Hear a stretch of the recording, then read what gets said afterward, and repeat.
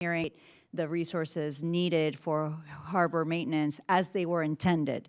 So I'm going to shift just a little bit from that conversation and tell you a little bit about the area that I represent. I represent Florida's 26th congressional district. It includes Miami, parts of Miami, and all of the Florida Keys. And I don't think it's a secret that I feel very passionately about the coral reefs. And it's the only living coral reef in the U.S. continental United States along our coast. It's the third largest barrier reef in the world. So I feel very passionately about protecting the reefs. And unfortunately, the coral right off the coast of Florida is dying. And it's dying because of climate change, ocean acidification. It's dissolving the coral right before our eyes. And it's also dying from a bacterial infection that scientists right now are not able to get a hold on that. It's incumbent upon all of us to do what we can to protect the coral that is still alive today. And I think that that means also being environmentally cautious with any large projects that we conduct on our waterways, our ports. So I was alarmed to learn that when Port Miami was dredged, a project that ended in 2015, an area of the reef size of 200 football fields was buried in dredging sediment. This was much more than was predicted by the Army Corps and the entities who were involved with the project. It's also my understanding that there will be other ports in Florida that will soon be undergoing the same process, and so we may be putting more corals at risk. So this question is for Mr. Soroka. I know that you may not be able to speak on the specifics of the issues affecting the Florida coast, but I'm hoping that you can comment on the importance generally of environmental compliance.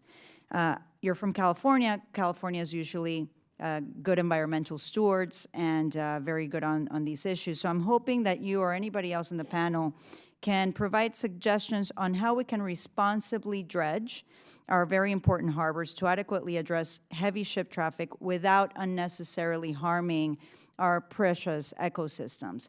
And just having said that, I am in full support of continued dredging as well, because we need that, especially in the Port of Miami. It's just we need to find a balance of doing what we need to do for our harbors, for our ports, but at the same time being environmentally conscientious.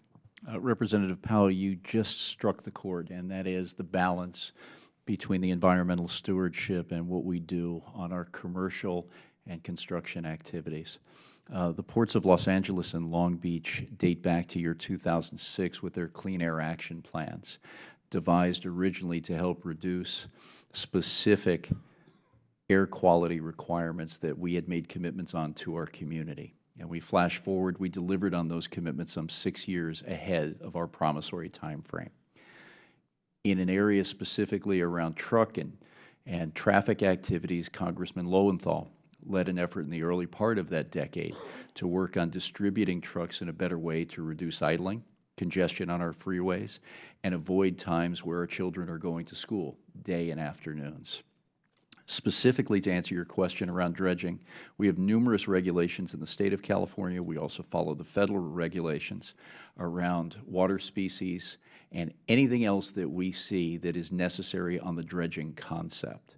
So having that in mind, being able to be a responsible party from the port's vision of capital investment, improvement, and construction activity is always first on our minds when we're discussing projects like this, whether it be maintaining our minus 53-foot depth or what I have described to the other members as limited expanded uses. Okay, thank you. And Mr. Steffich, correct? In your testimony, you mentioned the important role of inland waterways and the role that they play in flood control. Can you please just elaborate a little bit on that? Yes. Obviously, the inland waterway system and the locks and dams help control the flow of the water. Up in our part of the world, in Pittsburgh, we have a significant geographic drop with a lot of locks and dams. And I know that the Army Corps uses a system of reservoirs, including our locks and dams, to control the flow and slow it down and let water out as necessary.